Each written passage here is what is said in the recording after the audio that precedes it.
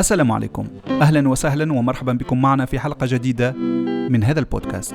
معكم عصام الخميري، مؤسس هذه القناة التي تهتم بتعليم اللغة العربية للجميع عن طريق الاستماع المكثف إلى البودكاست. في هذه الحلقة أريد أن أتحدث عن القراءة. ما هو الفرق بين القراءة من الكتب الورقية أو الشاشات الإلكترونية؟ لكن قبل أن نبدأ لدي سؤال بسيط جدا أريدك أن تجيب عليه في التعليقات. السؤال يقول التالي: كم هو متوسط عدد الكلمات التي يقرأها الإنسان المعاصر في اليوم؟ 50 كلمة؟ 100 كلمة؟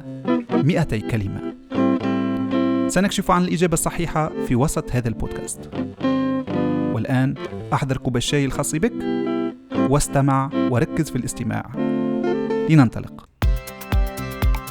منذ قديم الزمان كانت هناك علاقة كبيرة بين الإنسان والكتب الورقية، فتجد أنه يصنع جواً عاماً للقراءة، بحيث تكون هناك ذكريات وتأثيرات كبيرة جداً من ذلك الكتاب.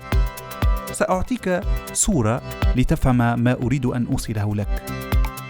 تخيل أنك اشتريت كتاب، أعجبك عنوان كتاب فاشتريته، وعندما عدت إلى المنزل حضرت الجو الملائم لكي تقرأ ذلك الكتاب. وضعت الأريكة، وضعت المصباح أو الشمعة، ثم بدأت في القراءة. وأنت تقرأ بدأت ترى الأفكار من ذلك الكتاب تحوم حولك وتتراقص وتترابط فيما بينها، وأنت تتخيل في ربط تلك الأفكار، خاصة عندما تكون تلك الأفكار جديدة بالنسبة لك، فتدون جزءا منها وتكتب استنتاجاتك وآراءك حول ذلك الموضوع. تتفق، تختلف، تضيف أفكار، وأنت مستمتع في تلك القراءة. بعد ذلك تجد نفسك أنك كررت ذلك مرات ومرات. مرة تشرب كوب شاي مع القراءة، ومرة تشرب كوب قهوة، وفي كل مرة تصنع جوا عاما للقراءة من ذلك الكتاب الورقي.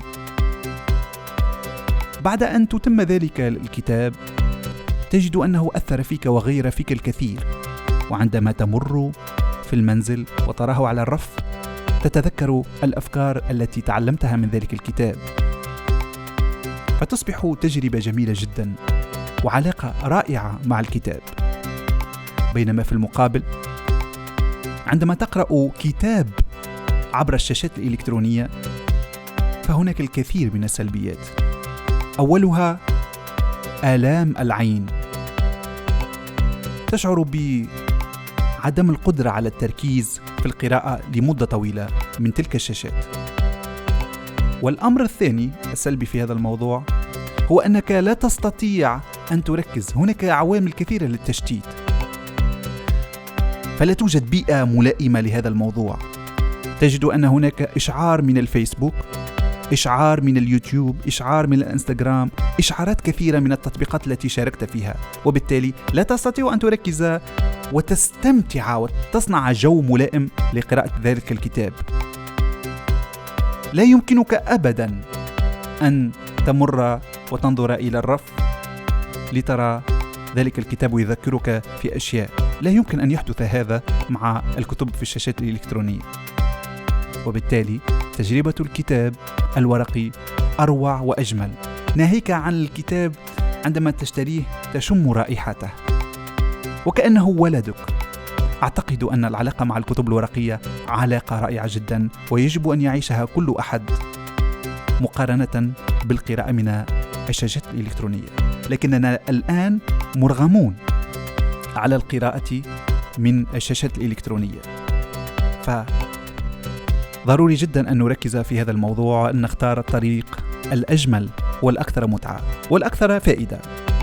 ويقول المختصون أن الأطفال الذين يقرؤون من الكتب الورقية يكونون أكثر تركيزا وأكثر قدرة على الاستنتاج وأكثر قدرة على ربط الأفكار بعضها ببعض مقارنة بالذين يقرؤون من الشاشات.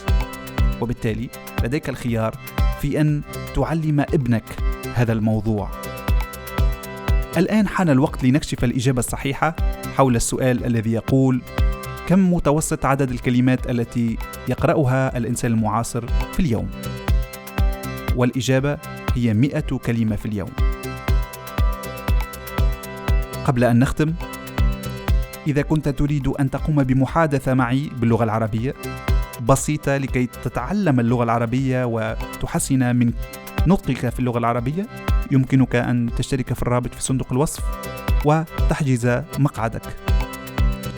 شكرا لك على الاستماع لهذا البودكاست. كان معك عصام الخميري من قناة إسام's Arabic Podcast. نراك في حلقة جديدة من هذا البودكاست.